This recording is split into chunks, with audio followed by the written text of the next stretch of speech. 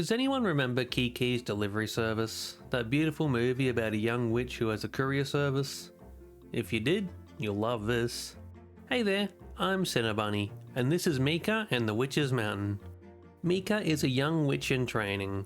Though barely able to fly with her broom, she follows her mum to Mount Gorn to train under Oligari at witch school. The old witch isn't amused by the sight of Mika. However, she riddles off all the things that Mika needs to be a witch.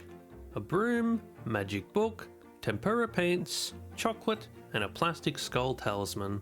She tasks a young witch with her first lesson, to get back up to the top of the mountain on her own. The young witch is tossed from the peak. With a hard landing, her precious broom is broken. Down on the island and left to fend for herself, Mika has to find a way back up there to continue her training. Here she meets a friendly face on the outskirts of the village, Allegra, a skilled craftsman and the town artisan. She fixes Mika's broom. Mika goes to leave but is stopped promptly, informed that her little broom won't allow her to reach the peak, needing a more powerful broom to reach her goal. Allegra hints that the town needs a new courier for the delivery company. If she can scratch together some money, Allegra will make Mika's broom bigger and better than ever. With the goal in mind, she heads into town, meeting Gref, the owner of a delivery company. Signing up instantly, she is tasked with delivering items in tip-top condition. If she can do that, she gets paid. Getting a delivery card to track the packages. Working under Gref helps her to meet the people of this island. The townspeople are grateful to have a courier, not having one for so long. Gref himself is a bit of a slave driver, however, focused on cutting costs and being efficient as possible, hinting that Mika is very disposable, even though she's the only courier that he has. As Mika delivers parcels to those all around, she learns of the residents and begins to grow connections with them. At the end of her first day, she is given a uniform to wear. She is also paid $6 for her first shift. Wow. Returning to Allegra, she makes an improved broom for a small fee. Wanting to leave, Allegra reminds Mika that leaving now would be selfish, as she just started a new job as the island's courier. Mika wants to stay for a while anyway, not wanting to see the one that threw her off the mountain just yet. On her second day of work, she is given another delivery card. Having more on her plate than before, the deliveries help her to meet some friendly faces. Kiala and Vanny. Vanny is a secluded inventor, and Kiala is the town stray. The two have a lot in common, but don't even know of each other. Mika also meets the unfriendly face of the island, W. Soot. The businessman runs a smoke factory. The unkind man barks orders, tasked with delivering a power bill to Andros. The bill is the last thing the near-bankrupt painter needs. He also has another delivery, a drone, for Ilse and Han, the kids of Andros.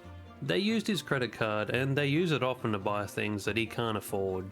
With the second day done, Mika is paid $36. Wow, this guy is really cheap. Mika pays Allegra, ready for her new broom. All the while, chaos erupts. The smoke factory breaks, sending the island into darkness. Mika is tasked with an important parcel, a spark plug for the factory.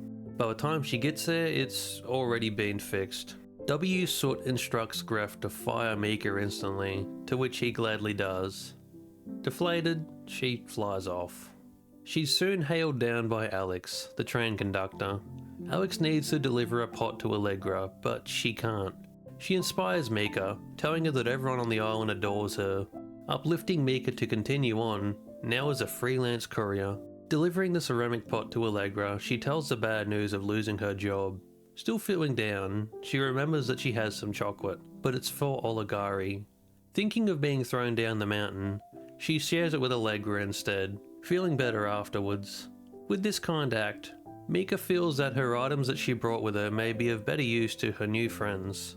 She gives Kiawa the plastic skull, reminding her that she isn't alone, having a friend in Mika. Her magic book is given to Vanny, the arcane knowledge helping her in studies greatly. Finally, her paint palette is given to Andros, the childish item inspiring the artist to paint his new masterpiece. In the meantime, she makes some important deliveries, finally getting some coal down to Alex. The train can move again. Alongside this, returning a canary to Yulu, a coal miner who works for W. Soot. Yulu resigns from her position in the coal mine to work at the windmill. The windmill is fixed, making the smoke factory obsolete. Mika's tasked with some side quests too. She makes her own delivery card, making sure that everyone receives their ordered parcels and any lost belongings too. Oval, for example, yearns for the sea. Too old to sail, he instead gets an aquarium to house some fish. Mika catches these fish for him, located all over the island. I like these fish, they look like they give a good kiss. With all of them caught, they're released into the sea. A nice brief collection for the old sailor. Aw, the local kittens are hungry too. We better feed them. Oh, they're so cute. With everything done, there's a party held. Everyone is invited, aside from Gref and W. Soot. The island celebrates. Everyone grateful for Mika. They all chipped in to buy her a new powerful broom. The witch's broom capable enough to climb the mountain. Passing through the ruins, she finally makes it to Montgorn to see Oligari. She's surprised to see Mika, expecting her to return with all of her items. The chocolate, the plastic skull, the paint palette, and her magic book. Oligari is stunned when she finds out that Mika gave them all away to help others in need. Though Mika tells her she doesn't want to be a boring old selfish witch. Instead, being happy to help others. Oligari all along was Allegra. Allegra was a powerful witch at one point, eventually becoming arrogant and isolated. She wanted to make sure that her stellar lighthouse was going to someone who was worthy of it. After seeing all the good deeds that Mika did for everyone, she knew that it was right. The lighthouse becoming Mika's new home on the island. With that is the end of Mika and the Witch's Mountain. This is a gorgeous little game, one I felt immersed in right to the end. You could say the game is going from point A to point B, but it feels like more than that. It's helping a disconnected community to reunite and grow, making some friends along the way. I'd really love this one. If you want to give this game a go for it. It's widely available on both PC and console. I love this charming little game, and maybe you will too. For now though, I've been CinnaBunny, and I'll catch you later, mate.